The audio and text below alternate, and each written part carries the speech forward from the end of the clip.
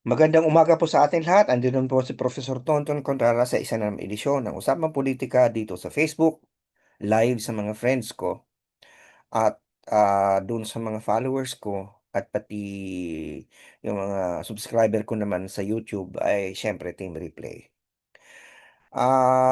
Pinag-usapan na natin nung Miyerkules ang unang impeachment complaint laban kay Pangulong Marcos na isinampa ng isang private citizen at inendorso ni Representative Nisay.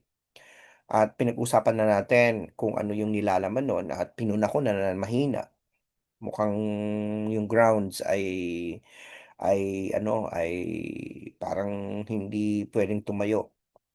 Pero ngayon, kahapon, may dalawang impeachment complaint na idinulog. Yung una, yung ah, galing sa militant left, sa bayan, na inendorso ng tatlong makabayan representative. At nung dakong hapon naman ay humabol yung grupo ng mga dating mga pro Duterte na mga government officials na ah, pinangunahan nila dating gobernador Chavit Singson. So, let us call a spade a spade. Talagang kahapon militant left at saka mga pro Duterte ang mga nag-file ng complaint. Hindi tinanggap ang kanilang mga complaint ng Office of the Secretary General kasi di umano iwala doon si Cheloy Garafil na siyang Secretary General ng House, nasa Taiwan at tatanggap ng award. So marami ngayon ang nagsasabi na mukhang gustong pigilan yung complaint. Tama ba na hindi tinanggap ng office dahil wala yung Secretary General? Doon naman, unang-una dalawang issue yon. Gusto bang pigilan?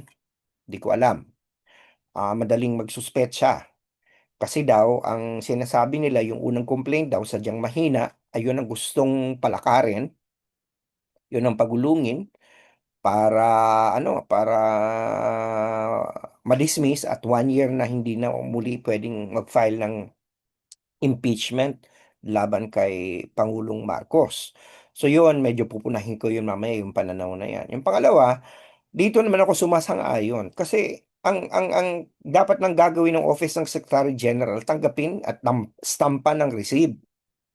Hindi mo naman kailangang lagi na andun yung boss mo. Kasi ang nakalagay naman ng Office of the Secretary General, not the Secretary General herself. So ano ba naman yung tanggapin yung complaint at tatakan ng receipt, di ba? Sa Lunes naman papasok na si Cheloy, 'di ba? So doon ako medyo hindi komportable na parang ano 'yun, parang ayaw ninyong tanggapin yung responsibilidad ng opisina ninyo kahit wala yung boss. Kasi yung reasoning na ganyan na porket wala yung OSG, yung Secretary General, hindi niyo natatanggapin. Madaling in the future, pwedeng gawing rason yan ng isang OSG na ayaw tanggapin na umabsent lang siya. Okay? Hindi lang siya pumasok sa opisina niya, o hindi na matatanggap yung mga dokumento katulad niyan. I don't think it is fair. Ayun naman, mali yun. Babatikusin natin yun. Kasi ang nakalagay sa rules, Office of the Secretary General. And therefore, the office itself, hindi yan nawawala. Kahit walang boss. Andyan yan. Dapat tanggapin. Okay? Anyway, klaro naman na trabaho nyo yan eh. So, panawagan ito sa House ha. Mukhang hindi naman maganda yon. Now, sinadya ba yon para pigilan yung mga dalawang yung para ang mauna lang ay yung complaint na ako mismo naniniwala mahina. Actually, mahina din naman ang grounds itong dalawa eh. Actually, mamaya papaliwanag ko kung bakit eh. Medyo marami tayong mga pagkikwentuhan ngayon eh. Medyo mahaba-haba ito. Kasi ang proseso kasi ganito yan eh. Ah, ang konstitusyon nagsasabi na isang complaint lang ang pwedeng i-file sa i-initiate sa isang opisyal na impeachable sa isang taon. Okay? Now, hindi pa naman na-initiate eh. Naandun yung unang complaint, ni-receive ng Secretary General at ni-refer na sa Office of the Speaker. Tapos sa unboxing, hindi pa. So kung sa Monday, pagpasok ni Cheloy, officially matanggap na yung dalawa, Ang gagawin niya, i-refer din niya yan sa Office of the Speaker. Okay? So, ang Speaker, ang gagawin niya, ilalagay niya yan sa order, sa ikakalendar na yan sa order of business ng Congress. I-recess pa naman ng Congress ngayon. So, kung matanggap yan sa Lunes, ni Garafil, ibibigay niya yan sa Speaker. Merong 10 araw ang Speaker para i-refer yan sa plenary. At ang plenary may 3 araw para i-refer sa Committee on Justice. So malamang magpapang-abot naman yan somewhere. So yung argumento na pinipilit pigilan yung second and third para lang yung mahina ang di umano ang lumakad is something that is not, you know, that doesn't wash. Dumadami kasi yung ingay na ginagawa. Ewan ko ba sa may mga tao gusto lang na mag-create ng ingay para lang pag-usapan, di ba? Nakakabwisit na minsan eh. Ang dami ng problema ng bayan, sa halip na magdagdag ng kalinawan, nagdadagdag pa tayo ng ingay. So ayan, kung ano-ano na yung mga conspiracy theory na sinasabi. Di ba? Malamang yung mga yan, sabay-sabay yan, i-refer na speaker sa House. Kasi hindi naman pwedeng by Monday ando na yung 3 complaint, unahin mo lang yung isa. Ay di mahalata talaga sila. Pag ganun, ako mismo magsasabi, abay may pinapaboran kayo. Sabay-sabay yan, at yan ay ni-refer na ng sabay-sabay sa House at sa plenary. Ang plenaryo na ang may karapatan kung sasabihin nila, ito lang unahin natin, kung yan ang desisyon nila. Unahin natin yung isa. O bahala, ang plenary ang magsasabi niyan. And ang pagpa-plenary ba, ni-refer sa Justice Committee? You know, plenary power yun eh. And once na-refer na yan sa Justice Committee, on the day that it is referred, then that becomes now, that signals the initiation. Okay? At tatanggapin ngayon yan ng committee ni Jervic Luistro. Doon na nagsisimula. Ngayon ang tanong ng iba, ay tatlo yan eh. Nasa plenaryo na yan kung paano nila gagawin. Doon sa plenaryo ang labanan dyan. Kasi ako naman, halatang halata kapag ang speaker, imamadali niyang, kasi ngayon, katulad yung araw na to, hindi pa tapos ang araw na to, hindi natin alam, baka i-refer na ng, i-calendar na ng speaker. Eh, paano siya magka-calendar? Wala pa nga sesyon. Hindi ba? Wala pang sesyon ng Congress. So, may Lunes pa na naandyan na si Garafil, ma-receive na yung 2 complaint ng Makabayan at saka ng mga pro Duterte former officials, di ba? Ando na yun, di ba? So, ang tingin ko dyan, sabay-sabayan, ika-calendar. At sabay-sabayan pag-uusapan ng plenary. Nasa plenary na, pwede lang sabihin nyo yung tatlong yan, sabay-sabay natin transmit. In which case, ang magiging trabaho ngayon ng House Justice Committee, i-consolidate yung tatlo. Kasi hindi pwedeng tatlo ang hindingin nila. Dapat isa lang. Or, nasa plenaryo din yung sabi nila, ito lang isa, dahil yan ang nauna, din desisyon nila yan. In which case, yung dalawa, barred na talaga. But it's going to be the plenary is going to decide that. Sa botohan, ang plenaryo, 313 members ang magbobotohan dyan. Kung ano yung gagawin nilang referral. Is it going to be only one that will be referred to bar the 2 others? Or yung tatlo, i-refer sabay-sabay and then i-consolidate na lang yun ng Justice Committee.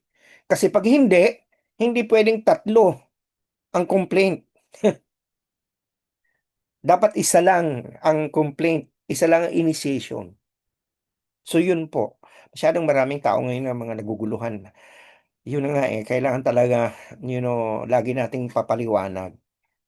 Kasi mga nasasayang ang ating mga nauna na yung mga hanas ay hindi naman po ganun. Okay. Now, puntahan natin yung mismong ground. Kasi ako hindi ko pa ang nabasa ko pa lang yung unang complaint. Yung second complaint, hindi ko pa nababasa. Pero pinaliwanag na ni Renato Reyes yung nilalaman at nabasa ko rin yung paliwanag ni Lisa Masa. Yun namang kila Chavit Singson, wala pa akong nakikitang detalye pero sinabi lang na yung mga grounds. Graft and corruption, culpable violation of the Constitution, etc. So hindi ko masyadong alam anong laman nung kila Chavit Singson. So, ang masasabi ko lang yung tungkol dun sa final ng Makabayan Black. Sapagkat yun yung pinaliwanag ni Nato Reyes at tatlo ang grounds nila. Di umano ang Pangulo ay nagkaroon ng betrayal of public trust. Kasi ang kanilang ground is betrayal of public trust eh. Nung dahil sa allocables, yung allocable issue na pinaliwanag nila na di umano'y may basbas ni Pangulong Marcos. Pangalawa, ang ground nila yung unprogrammed appropriation na kasama sa General Appropriations Act ng 2025. At ikatlo, yung di umano'y pagkakasangkot ni Pangulong Marcos sa graft and corruption. Ah, ang masasabi ko lang, karapatan ng kahit sino ang mag-file ng impeachment complaint para i-hold accountable ang Pangulo. Pero hindi kasama sa karapatan na yon ang antimano ay magkaroon ng konklusyon na hindi pa naman nahihimay kung talagang krimen o kaya impeachable offense. Himayin natin. Unahin natin yung tungkol sa allocable. Matagal ko nang sinasabi na yung mga allocable na yan ay mga planning ledgers yan. It's a planning document. Para nagpaplano ng budget, ang ginawa ni Cabral, naglista ng mga distrito at mga government officials, government agencies, ano yung nakikitang ibibigay sa kanila. Pero wala pa naman pera lumabas. Hindi yan na-release. Sapagkat yan ay ilalagay pa sa National Expenditure Plan at magiging General Appropriations Bill pa yan at bago maging General Appropriations Act. So how can someone be accused of betrayal of public trust as president on a document that is not in Malacanang but in the DPWH? At yung allocable na yon, bago yun naging budget, dumaan sa Congress. Are they saying that the president directed Cabral and the DPWH of the allocable system? Are they saying that Cabral was directly reporting to the president? Di ba? Kung command responsibility ito, ang principle ng command responsibility, hindi mo lang sasabihin na siya yung boss. Kailangan meron ka talagang direct na patunay na merong direct order. Or pinabayaan mo. O dapat may ginawa ka. Yung pag-aalokable na yan ay gawain ni Cabral sa DPWH. Paano mo malilink na may kinalaman yan sa Pangulo? Ang sinasabi kasi ni Antonio Tinio ng aking katukayo, mula allocable, nagkaroon ng adjustment, at pagkatapos naging pagdating daw sa budget na iba na. Eh sino ba ang nagagawa ng budget? Hindi ba ang nag-a-approve niya ay Congress? So why are you going to fault the President for an act of Congress? So yun ang hindi ko maintindihan. Number two, sinisita ang Pangulo na betray daw ang public trust dahil daw yung unprogrammed appropriations daw ay lumobo at ito ay pinayagan niya. Number one, na issue dyan ganito. Illegal ba ang unprogrammed appropriations? Meron bang sinasabi ang Korte Suprema na ito hindi dapat ginagawa? May dalawang ruling ang Supreme Court on the budgets. Yung isa, ang sinita ng Supreme Court, yung post-enactment allocation. Kaso ni Belhica ito. Ito yung kung saan ang binibigay sa isang congressman ay lump sum. At saka yung nade-determine kung paano yung gagastusin. Sabi ng Korte Suprema, hindi pwede yan. Hindi nyo trabaho ang implementasyon. Ang trabaho ng implementasyon sa executive branch yan. Yung isa naman, yung disbursement acceleration program, ni-rule na unconstitutional dahil nagdi-disburse ka ng walang appropriation. Walang appropriation. Itong unprogrammed appropriation, parang contingency fund yan, na parang meron ka mga inilista na mga pwedeng paggastusan kung magkapera, kung magkaroon ng bagong revenue, at kung may mga foreign assisted projects na nangangailangan. May trigger yan eh. May trigger condition, nakalista yan. Walang prerogative yan ang Pangulo. In fact, lumalabas ngayon, sabi ni DBM Secretary Toledo, walang kinalaman ng Pangulo sa pagre-release ng UA sapagkat ang program appropriation, ang pumipirma ng dyan ay ang Secretary ng DBM. Okay?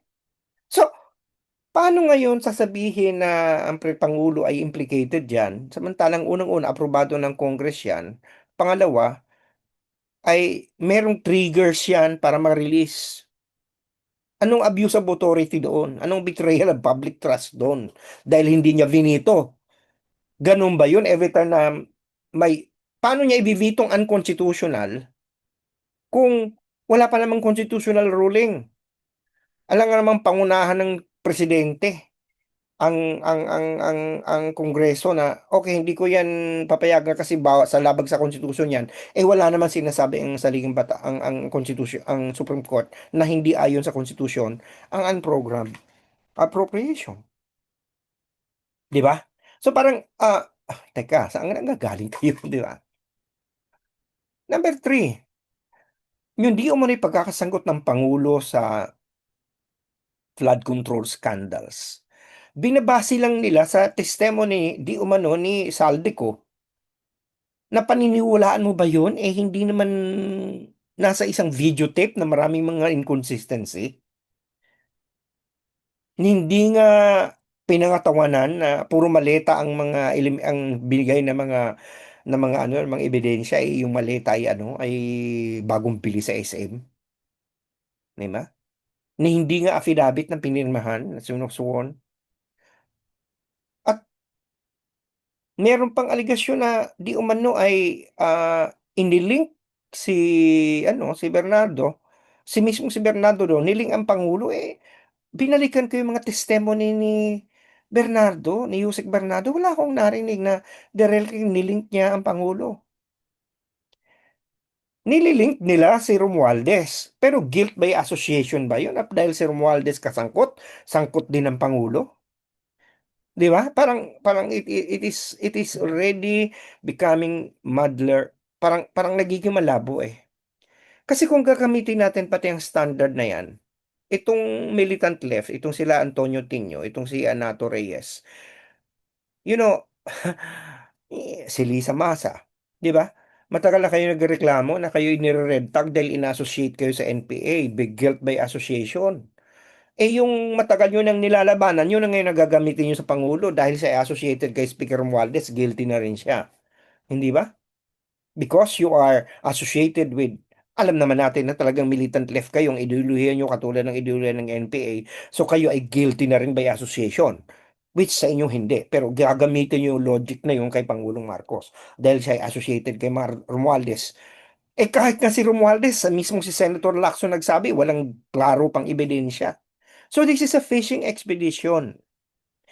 Uulitin ko, noong iba ito kasi yung kay Vice President Sara Duterte, ang mga act na kung saan na-implicate siya, klarong mayroon ng may krimen na katulad na magbantakang papatay ang Pangulo, ang First Lady at ang Speaker. Yan ay grave serious threat na yan. Krimen yan sa Revised Penal Code. Yung paggamit ng pag-misuse ng public funds, yan ay krimen. At kita naman na siya yung nakapirma, siya yung in charge ng Office of the Vice President na nagkaroon ng ganun. At direktang may kinalaman siya ayon sa mga dokumento. At yung pagbabanta niya, di ba, yun ay klarong siya ang nagbanta. Etong mga pinupukol nila sa Pangulo, allocable, yan naman ay sa DPWH at dumaan sa Kongreso. At hindi naman natin sinasabi pang illegal agad yan. Yan ay mga kuda lang naman ng ni Leandro Leviste. Kaya di ba? Yung unprogrammed appropriation. Again, ang may kinalaman niya ang Kongreso. At ngayon, wala pa namang sinasabi na yan ay unconstitutional. Puro lang sa pantaha. Puro duda. So, ang gagawin ngayon nito mga complaint na ito, Gusto nila maging venue ang impeachment court para una, patunayan ang isang gawain na illegal and then i-associate nila kay presidente, kaya ang presidente dapat ma-impeach. So yun, it is a two-step process na mukhang malabo. So yan ang aking assessment. Parang ang nalulungkot ako dahil nakikita natin na ang impeachment, may karapatan tayong gawin to hold people accountable or leaders accountable. Parang nagiging partisan weapon na siya eh. Parang ano na siya eh, ginagamit to settle scores, to become it is weaponized, a partisan weapon. We know at the end of the day, impeachment is political, but it has to be tempered by reason. It was tempered by, it is the highest form of holding a person accountable. Hindi dapat natin binababoy, hindi dapat natin ginaganyan. Kasi pansin mo ngayon, yung dalawa, yung pro Duterte official at saka itong left. Yun, di ba? Parang klaro talaga na may mga partisan political agenda. Di ba? So once the impeachment process is held hostage by partisan interests, it becomes problematic. Okay?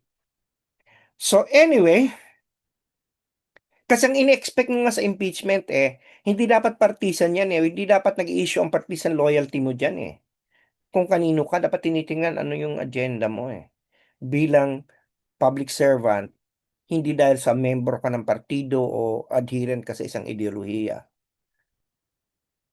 Kinakalimutan nga dapat yan yung ano yung loyalty mo so kahit kaninong political figure or ano yung loyalty mo sa isang ideolohiya, ang tinitingnan mo lang yung facts. Ganyan dapat magdesisyon sa impeachment eh.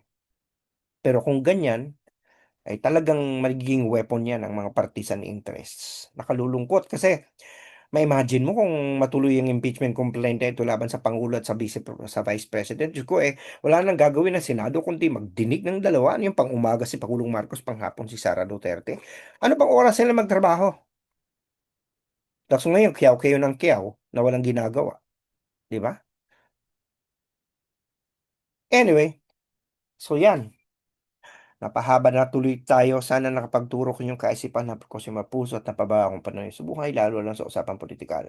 Dahil sabi sa akin ng Lasal, teach mind, touch heart, and transform lives. At sana nakapagsilbi sa bayan dahil sabi sa akin ng UP, serve the people. Okay? Wala po tayong usapang politika bukas, Sabado at Linggo. Sa Lunes na lang ulit tayo magkwentuhan.